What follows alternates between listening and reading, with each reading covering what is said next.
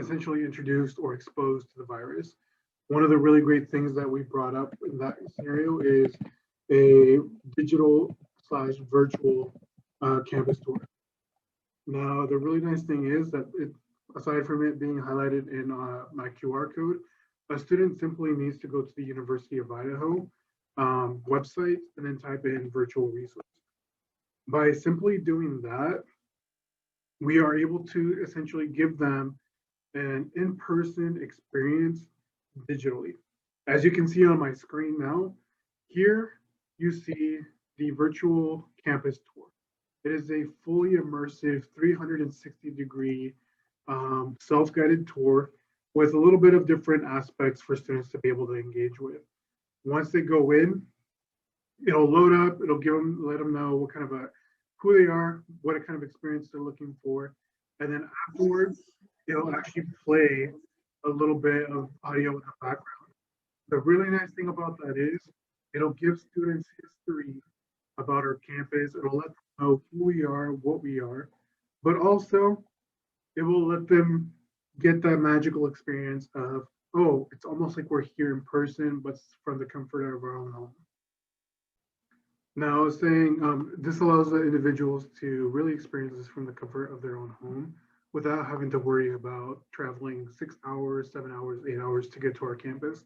But also, if by chance they wanted to bring family members that were a little bit older, maybe not able to make the journey to a very long place, this would allow individuals to be able to experience that with someone else. We truly believe that having the family aspect involved within it, picking a university or experiencing the higher education next steps is really important in the decision of these students. Another key point that was highlighted within the book is the evolution of platforms.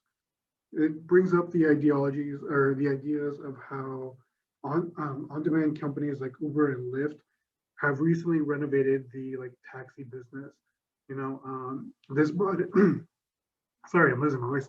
This brought in a new market for users to be able to experience and use to the best of their ability. I know sometimes individuals hear those horror stories that happen with taxi drivers, or maybe they've had a bad experience with taxis, but now this has brought in a new market for them to be able to get that transportation service through a different means. How does this relate to the University of Idaho? Well, much like that virtual tour, we are adapting and evolving the ways that we traditionally have done things to ensure that we're still able to reach a wide market of individuals who are interested in higher education. This isn't to say that we're solely focusing on numbers and trying to get as many students to come, but really still providing that quality and engaging experience of letting individuals know, hey, when you come to the University of Idaho, you're more than just a number, you're part of our Vandal family. We really want to drive that home to let those students know that once you get here, you are going to be cared for, you are going to be taken care of. I mean, just the fact that, I'm in my office at 8:40, now 8:50-ish p.m. goes to show that, we are willing to work late hours, willing to stay out here for the students to ensure that they're getting an experience that they really truly care about. One of the last points I would like to bring up is a topic that Tim O'Reilly brought up within the first half of the book again, which was highlighted as blinded by the familiar. Kind of like I was explaining at first, when we first went to essentially quarantine, working from home, it was really difficult for myself to shake off the feeling of well, I used to do my job this way. I used to visit schools. I used to interact in person, and just being the traditional model of a working employee. It was a hard adaptation for myself to be able to move to a virtual digital format and still being able to create those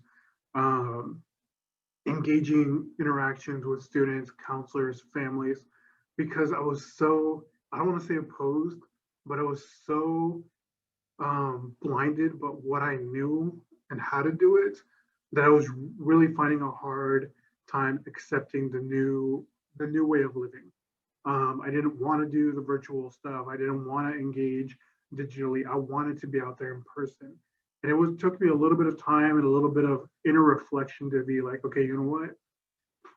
Things are different now. I can't keep doing the same thing. I need to evolve. I need to adapt. I need to change to ensure that I'm still providing the same services, but through a virtual and digital lens. Not only is this done to ensure that I'm keeping myself safe, but more importantly, to keeping the safety of my students. By not only keeping the safety of my students in mind, this really goes to show that the University of Idaho is taking the precautions and the necessary steps to ensure the safety of students, but also showing that, hey, we're willing to adapt and work with you. If you want to come to the University of Idaho, we'll do what it takes to get you here. Whether it means providing virtual and digital resources, or maybe providing an in-person campus tour that's a little bit more personalized and limited just to your family to ensure that you're all safe, we'll do what it takes to ensure that we're providing a customer serving experience, but also one that's genuine and provides a feeling of family for our students. Truly, I believe that within the next 50 years, at least within the vocation of academic recruitment, it's not going to change too much.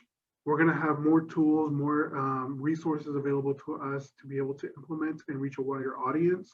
Yes, some of the resources and some of the capabilities might be digital and virtual, where students won't necessarily have to engage with us in person to receive the same experiences.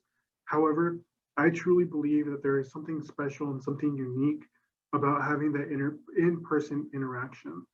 You really can't get the same feel of like the hand motions, the way my body is moving, my body reactions, as it would if I were presenting to you in person, Dr. Freeman.